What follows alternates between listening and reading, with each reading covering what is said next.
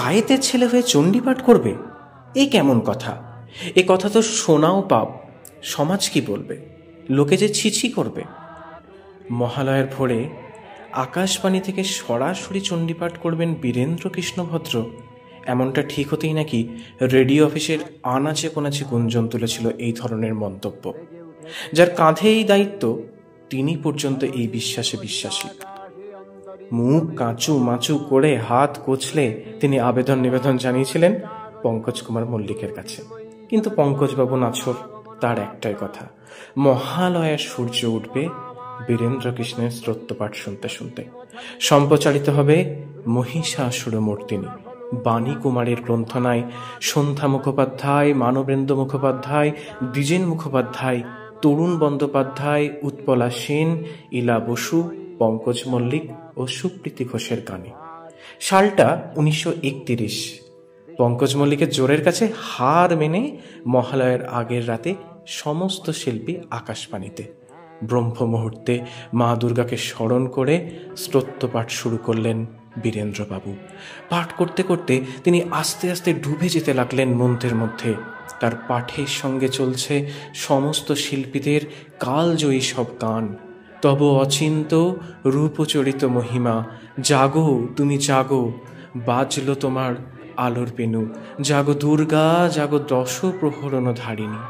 পাঠ যত এগোচ্ছে বীরেন্দ্রকৃষ্ণ যেন বাহ্য জ্ঞান রহিত।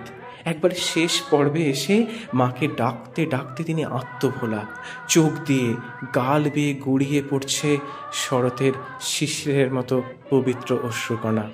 বাকিরা বাক হারা হয়ে শুনছেন সেই পাঠ। সেই সম্প্রচারণ শুনে সে যুগে গায়ে কাঁটা দিয়েছিল সমস্ত শ্রোতার। দিকচক্র বালরেখায় ভোরের সূর্য লাল আবির ছড়াতে গিয়েও যেন থমকে গেছিল উদাত্ত মায়ের ডাক শুনে। অমন আত্মা নিংড়ানো আকুতিতে সময়ও যেন স্তব্ধ।